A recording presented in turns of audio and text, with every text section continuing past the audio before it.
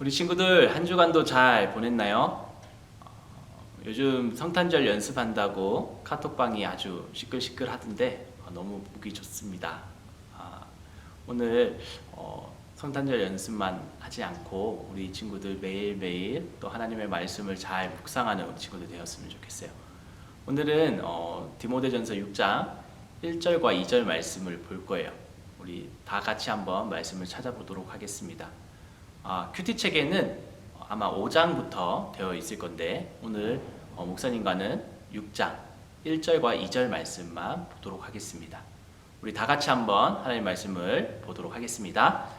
시작. 무릇 멍에 아래 있는 종들은 자기 상전들을 범사에 마땅히 공경할 자로 알지니 이는 하나님의 이름과 교훈으로 비방을 받지 않게 하려 함이니라. 믿는 상전이 있는 자들은 그 상전을 형제라고 가볍게 여기지 말고 더 잘 섬기게 하라. 이는 유익을 받는 자들이 믿는 자요 사랑을 받는 자임이라. 너는 이것을 가르치고 권하라. 아멘. 우리 오늘 디모데전서 6장 1절과 2절 말씀을 함께 나누도록 하겠습니다. 우리 지난주에 계속해서 우리가 목사님 처음에 바울 이야기를 한다고 이야기를 했는데 오늘도 마찬가지로 바울 이야기를 계속 해야 될 것 같아요. 우리가 디모데전서, 디모데후서 누가 기록했다 했죠? 바울이 기록했다 했어요. 자신이 정말 사랑하는 아들과 같이 생각하는 디모데를 위해서 바울은 이 디모데 전서와 후서 편지를 써서 기록을 해서 디모데에게 전달되었던 것이 오늘 성경 말씀이 되었어요. 우리 계속해서 우리가 디모데 전서 6장 말씀을 볼 건데 계속 우리가 복음에 대해서 이야기를 했는데 오늘도 복음에 대해서 이야기를 해야 될 것 같아요. 그래서 복음은 단순히 우리가 생각하기에 어떻게 생각하고 있나요? 복음 단순하게 우리가 하나님이 나를 사랑하신 것과 또 하나님께서 우리의 죄를 구원해 주시기 위해서 누구를 보내셨어요? 하나밖에 없는 독생자 아들을 보내주셨잖아요. 예수님을 보내주셨어요. 이 땅에 예수님을 보내주셔서 우리를 죄에서 구원시켜 주셨어요. 그리고 우리가 그 예수님을 믿는 것, 그것을 이제 우리가 복음으로 알고 있어요. 그리고 또 다른 것이 있다면 이 복음을 나만 좋은 거니까 나만 알고 있어야지가 아니라 아직까지 믿지 않는 사람들에게 전해주는 것이라고 이제 알고 있죠. 예, 맞습니다. 이것이 바로 복음이에요. 복음. 이 복음만 있으면 충분해요. 기독교는 이 복음밖에는 다른 것이 필요가 없어요. 저도 그렇게 가르쳐왔고 지금도 그렇게 여러분들에게 가르치고 있고 또 앞으로도 계속 이 복음을 가르칠 거예요. 그런데 오늘 1절 말씀을 보니까 이 바울은 종에 대해서 이야기를 하고 있어요. 복음은 잠시 뒤로 옆으로 잠깐 내버려 두고 바울이 1절에 보니까 종에 대해서 이야기를 합니다. 바울이 별다른 언급은 없어요. 야, 노예 제도를 폐지해. 왜 하나님의 사랑하는 백성들, 하나님의 자녀들인데 왜 종으로 생활하고 있어? 야, 너희들 종 제도 없애! 라고 이야기는 하지 않고 종에 대해서 언급을 하고 있는데 조금 다르게 언급을 하고 있죠. 다시 말해서 노예잖아요. 노예. 우리나라도 양반과 종, 하인 이런 것들이 있었죠. 이 별다른 언급을 하지 않고 1절 말씀을 보면 오히려 바울은 종 보고 주인을 잘 섬기라고 이 디모데에게 그렇게 가르칠 것을 이야기를 하고 있어요. 왜 그럴까요? 이 초대교회 사람들을 살펴보면 한번 복음을 듣고 그 자리에서 제가 예수님 믿겠습니다 라고 하는 사람들 계속 늘어났어요. 우리 사도행전 말씀을 보면 한번 그 자리에서 하나님의 말씀을 듣고 내가 예수님을 믿어야지, 내가 예수님을 믿겠습니다, 교회 나오겠습니다 라고 했던 사람이 한 자리에서 한 번의 그 예배에서 3,000명 5,000명 막 이런 사람들이 막 늘어나기 시작하는 거예요. 점점 교회는 부흥하기 시작을 했죠. 그런데 문제가 발생을 하죠. 문제가 발생 안 하면 참 좋겠지만 교회도 사람이 모이는 곳이라 문제가 발생이 됩니다. 어떤 문제가 발생이 되냐면 당시 이 이스라엘 사회도 우리나라 예전에 조선시대와 같은 비슷한 사회였어요. 이 종의 문화가 있었습니다. 우리나라도 하인이 있었잖아요. 종의 문화가 있었어요. 그런데 복음을 듣고 이 종들이 교회에 오게 됩니다. 이 종들이 교회에 와서 복음을 듣고 이제 왔어요. 이 기독교가 사랑의 종교라고 이야기를 하잖아요. 하나님은 사랑이시다라고 이야기를 해요. 성경에는 그렇게 기록이 되어 있죠. 그렇게 보통 신분이 높은 사람들보다는 이 기독교는 신분이 낮은 사람들이 이 복음을 빨리 접합니다. 그래서 이 복음을 빨리 접하고 나서 문제가 일어나게 돼요. 많은 종들이 있었고 교회에서는 평등하다라고 이야기를 합니다. 하나님 사랑이시고 너희들 평등해 라고 이야기를 합니다. 그리고 이제 예배당 문을 나서죠. 주인집에 들어갑니다. 주인이 뭐뭐 해 이야기를 할 때 하나님은 사랑이시고 모든 인간은 평등하다라고 그렇게 교회에서 들었는데 내가 시키면 해야 되냐라는 이제 이런 이제 사회적 문제가 발생을 하게 되는 거죠. 또한 이 주인과 종이 같이 나왔어요. 같이 이제 손을 잡고 뭐 오든지 끌려오든지 뭐 따라오든지 같이 이렇게 교회에 오게 됩니다. 그래서 교회에서는 또 그리스도는 이제 교회 안에서 형제고 자매고 다 한 가족과 같은 그런 곳입니다라고 이야기를 들었어요. 그런데 주인 집에 이제 가서 예배가 다 끝나고 이제 주인 집에 갑니다. 가서 교회에서 우리는 이제 형제고 자매라는 이야기를 들었으니 이제 주인이라 하지 않고 형이라 부르고 이제 그렇게 되면 어떻게 되겠습니까? 상상이 가시나요? 종이 교회에 나와서 예배를 드려요. 그리고 조금 있다가 종의 집에 있던 이 주인이 복음을 듣고 이제 교회에 옵니다. 종이 먼저 왔기 때문에 자신의 집의 그 주인을 무시할 수 있겠습니까? 이런 일들이 비일비재하게 수많이 일어났어요. 수많은 일들이 비슷한 일들이 일어난 거예요. 그랬더니 이제 사회적 문제가 되겠죠. 종들을 교회에 보내서는 안 돼! 라는 뭐 이런 이야기도 있었겠죠. 지난번 우리 중고등부 예배 시간에 제가 얘기했던 예화가 있어요. 우리나라의 금산교회에 이런 일들이 있었다고 이야기를 했죠. 이자익 장로님과 그리고 조덕삼 장로님 이런 이야기를 했죠. 기억이 나는 친구들도 아마 있을 겁니다. 아니면 기억이 안 나면 조덕삼 장로 이렇게 한번 구글에 한번 쳐보세요. 그러면 그런 이야기들이 아마 인터넷에 많이 있을 거예요. 이 복음을 전해 듣고 이제 하나님의 자녀로서 삶을 살아가는 가운데 막상 이제 우리가 교회 문을 탁 열고 이제 주일 예배 끝났다고 이제 신나서 이제 집에 가야지 하고 교회 문을 탁 열고 나가는 순간 어떻습니까? 세상과 마주하게 되는 거예요. 우리는 하나님께서 선택해 주셨고 또 우리를 하나님께서 죄에서 구원해 주셨고 또 하나님의 자녀로서 삶을 살아가게 해 주셨어요. 그런데 주일 예배 후에 우리가 교회 문을 탁 나가면 어떻습니까? 세상 사람들과 똑같이 삶을 살아가야 돼요. 하나님의 자녀이지만 세상 사람들과 함께 그 속에서 삶을 살아가는 겁니다. 오늘 바울은 복음의 책임감에 대해서 이야기를 하고 있어요. 오늘 바울이 이야기하고 있는 복음의 책임감 무엇입니까?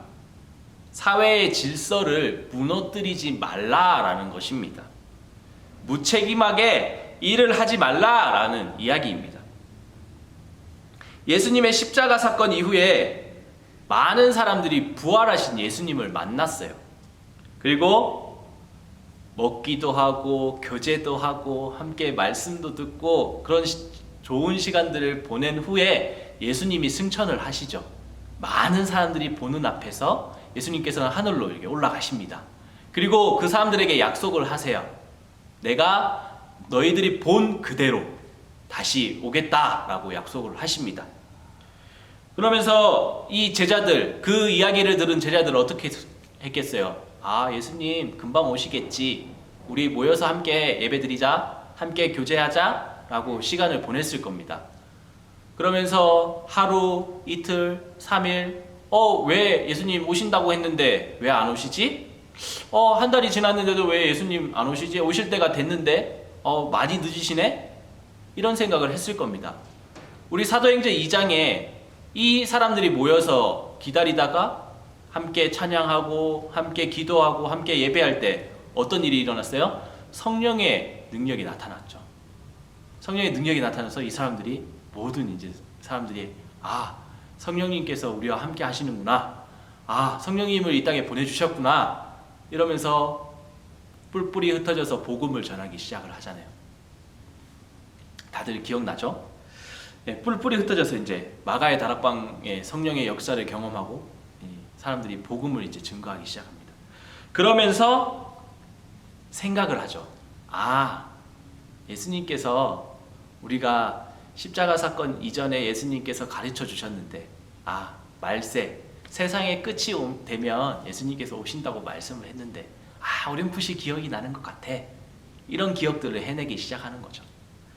그러면서 마지막 때에는 예수님이 오실 거야.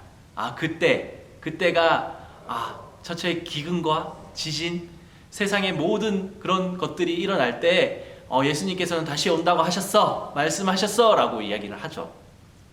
마지막 때 예수님께서는 그때 오실 거라고 말씀을 하셨어요. 근데 많은 사람들이 이야기를 합니다. 지금이 그때라고 이야기를 합니다. 예수님이 곧 오실 거라고 이야기를 해요. 하지만 아까 이야기를 했죠.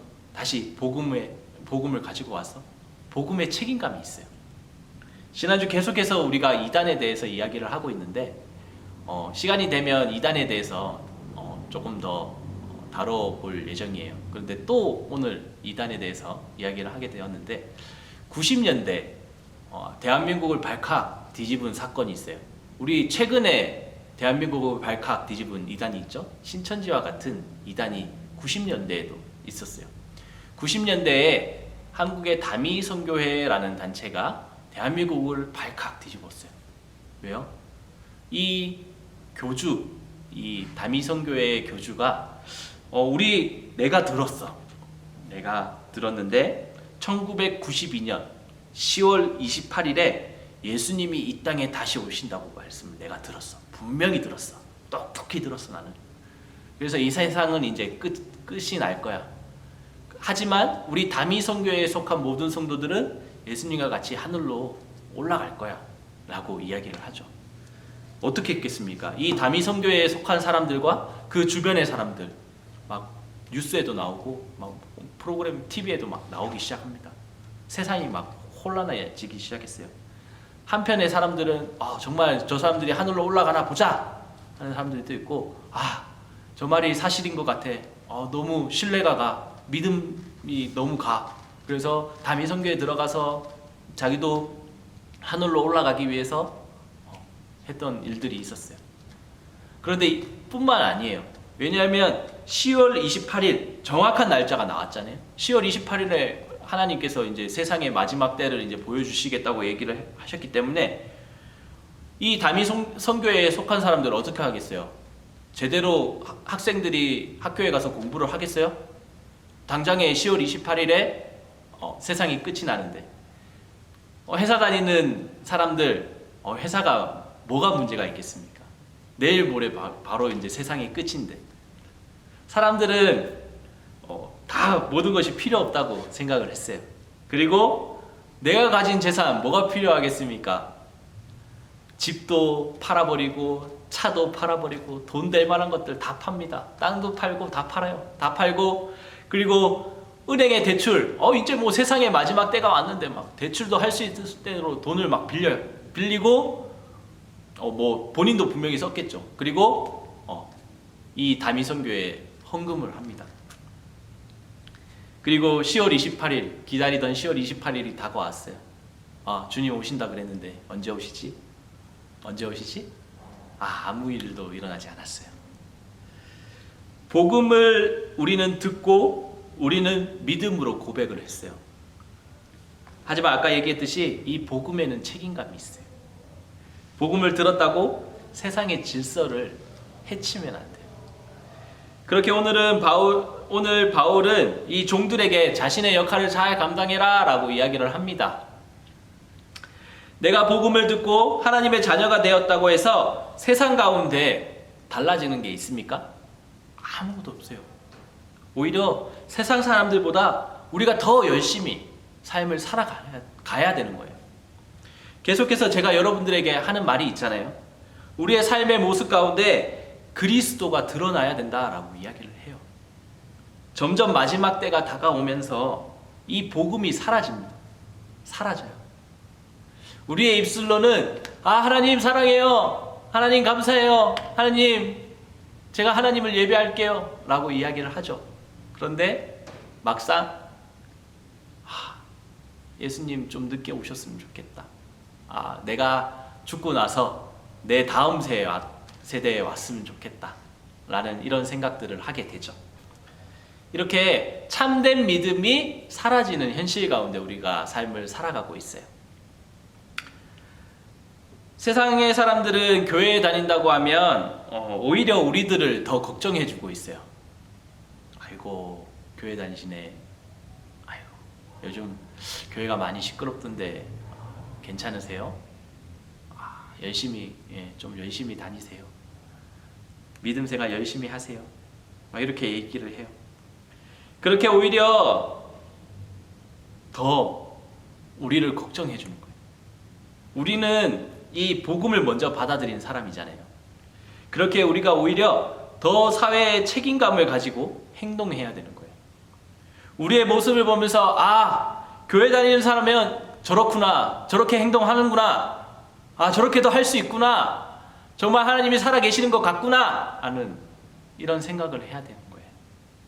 그런데 우리를 모습을 보면서 교회 다니는 사람이 어떻게 저렇게 할 수가 있지? 어떻게 저렇게 삶을 저렇게 살아갈 수가 있지? 라는 손가락질 받으며 그렇게 살아가야 되겠습니까? 우리의 삶의 모습을 통해서 정말 하나님의 자녀로서 부끄러움 없이 삶을 살아가는 저와 여러분들이 되었으면 좋겠어요. 우리의 삶의 모습을 통해서 교회에 나가고 싶다. 저 사람이 믿는 하나님 나도 믿고 싶다 라고는 말이 나올 수 있는 그런 삶을 살아가는 저와 여러분들이 되시기를 간절히 축원합니다. 이 시간 기도하겠습니다. 사랑의 하나님 감사합니다. 우리를 사랑하여 주시고 또 복음을 주셔서 우리가 복음을 먼저 받아들인 사람으로서 하나님께 감사하며 삶을 살아가게 하여 주심을 감사합니다.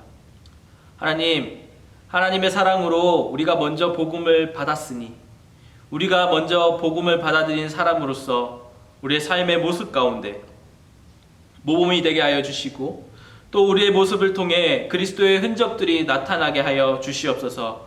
우리의 삶을 통해 그리스도가 증거되는 삶이 되게 하여 주시옵시고 우리의 삶 가운데 한 주간 우리를 지켜주시고 또 보호해 주시고 인도해 주실 줄 믿으며 예수님의 이름으로 기도드립니다. 아멘.